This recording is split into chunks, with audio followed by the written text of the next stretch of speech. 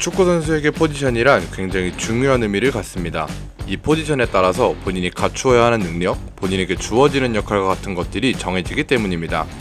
보통은 어린 시절 선수 본인이 가진 능력을 바탕으로 본인의 포지션이 정해지기 때문에 이 포지션은 선수 시절 내내 바뀌는 경우가 잘 없습니다. 팀을 옮기더라도 본인이 소화하던 포지션에서 뛰는 것이 아무래도 더 편하기 마련이죠. 하지만 여기 팀을 옮기고 새로운 감독 밑에서 새로운 포지션을 소화하며 본인의 기량을 더욱 펼치고 있는 선수가 있습니다. 한때는 손흥민의 동료였고 현재는 인테르에 없어서는 안 되는 이 선수.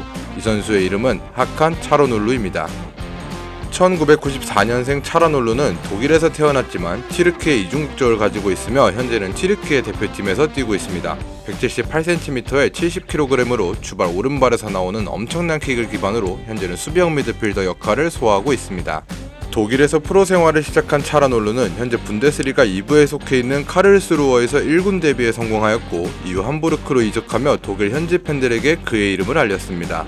함부르크에서 엄청난 활약을 보인 차르놀루는 1년 만에 레버쿠젠의 최고 이적료 영입 기록을 갱신하며 레버쿠젠으로 이적, 이후 AC 밀란을 거쳐 현재 인테르에 도착한 것이죠. 차르놀루는 현재 인테르에서 수비형 미드필더로서 자리 잡으며 엄청난 활약을 보이고 있지만 본래 이전에는 공격형 미드필더가 주 포지션이었던 선수였습니다.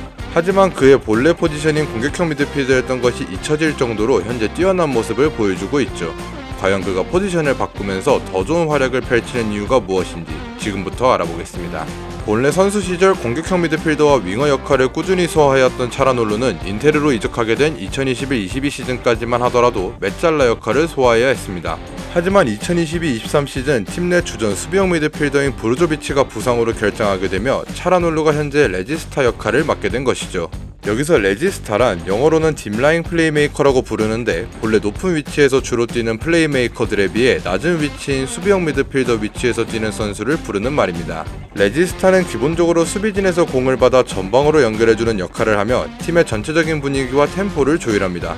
그렇기 때문에 정교한 킥이 필수적이며 넓은 시야와 활동량을 요하는 포지션이죠. 차르놀루가 이 포지션에 잘 어울릴 수밖에 없는 이유는 바로 뛰어난 킥력입니다. 그는 공격형 미드필더를 소화하던 시절부터 데드볼 스페셜리스트라고 불릴 정도로 굉장히 정교한 오른발 킥을 보유한 선수였습니다. 그리고 이 킥 능력은 세트피스가 아닌 상황에서도 굉장히 위협적이었죠. 주황색 유니폼을 입은 선수들이 인테르고 지금 막 볼을 받는 선수가 바로 차르놀루입니다. 공격형 미드필더가 아닌 수비형 미드필더로서 낮은 위치에서 볼을 받는 차르놀루죠. 그리고 차르놀루는 여기서 미친 패스를 보여줍니다. 공을 받음과 동시에 원터치로 공을 뿌려 골키퍼와 1대1 상황을 만들어주는 모습입니다. 공을 원터치로 뿌려놓는 것으로 보아 그가 경기를 읽는 능력, 시야, 그리고 패스의 정확도까지 완벽함을 증명해내는 패스입니다. 그의 수준급 패싱 능력은 지표를 통해서도 확인할 수 있습니다. 빨간색 바부터 차례대로 롱패스, 중간패스, 그리고 짧은 패스의 성공률을 나타내는 지표입니다. 선정된 14명의 선수는 쉽게 말씀드리면 수비형 미드필더로 뛰는 선수 중 최고의 선수 14명을 뽑았다고 보시면 됩니다.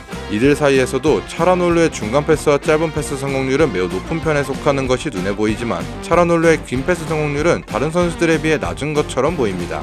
하지만 이 선수들 중 차르놀루가 가장 많은 롱패스를 시도하였고 그 다음으로 많이 시도한 선수가 카마빈가인데 그 횟수는 5회가량 차이가 납니다. 그렇기 때문에 상대적으로 차르놀루의 롱패스 성공률이 낮아 보일 수 있겠죠. 그렇다고 이러한 차르놀루의 패싱 능력은 수비형 미드필더가 되고 좋아진 것은 아닙니다. 말씀드렸던 것과 같이 공격형 미드필더로 활약할 때부터 좋은 킥력을 가지고 있었죠. 하지만 수비형 미드필더로 포지션을 바꾼 이후 그의 패싱 능력은 더욱 부각받을 수 있었습니다. 차르놀루는 기본적으로 스피드가 빠르거나 테크닉이 좋은 선수는 아닙니다. 그렇기 때문에 오히려 10번 역할을 주로 맡는 공격형 미드필더 위치에서는 볼 운반 및 탈압박에 대한 치명적인 단점을 보여주었죠. 그렇다 보니 공격형 미드필더 차르놀루는 단지 킥만 좋은 선수였던 것입니다. 하지만 수비형 미드필더에서의 차르놀루는 상대적으로 압박 상황에 덜 노출되게 되면서 그의 부족한 탈압박 능력은 감추고 패스면 패스, 슛이면 슛, 그의 강력한 오른발 킥 능력은 부각시킬 수 있게 되었죠.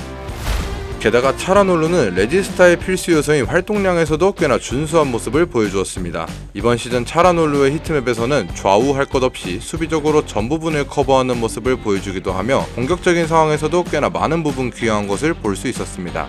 기존의 공격형 미드필더를 소화하던 차르놀루이기 때문에 수비형 미드필더로서의 수비적인 능력에 대한 걱정도 있었지만 수비 상황에서 커팅과 더불어 꽤나 준수한 모습을 보여주었죠.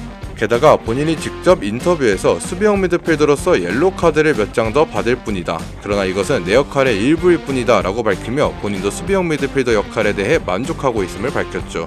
이러한 차라놀루의 포지션 변화에 대한 성공은 차라놀루 본인만의 몫이라고 볼 수는 없습니다. 브로조비치의 부상과 같은 상황적인 요소와 결정적으로 시몬의 인자기 감독의 결단이 이런 좋은 결과를 만들어냈다고 볼 수 있죠. 특히나 인자기의 전술 속에서는 미드필더 3명 중 차라놀루를 경기 내내 레지스타로 특정하기보다는 3명의 미드필더가 수평에 가깝게 라인을 형성하며 역할을 나눠 수행하기 때문에 더욱 차라놀루의 역량이 극대화되고 있는 것이 사실입니다. 실제로 상대적 강팀을 상대로는 차라놀루보다 기본기가 뛰어난 바렐라를 더 낮은 위치에 배치시키며 경기를 효과적으로 풀어나가는 경우도 많았죠. 손흥민의 동료로 한국 팬들에게 알려져 이제는 세리에 최고의 미드필더로 축구 팬들의 기억에 남게 된 하칸 차라놀루. 과연 그가 수비형 미드필더로서 보여줄 수 있는 모습은 어디까지일까요? 이번 시즌 스쿠데토를 들어올린 인테르와 그 핵심이었던 차라놀루의 다음 시즌이 더욱 기대되네요. 오늘 영상은 여기까지입니다. 시청해주셔서 대단히 감사합니다.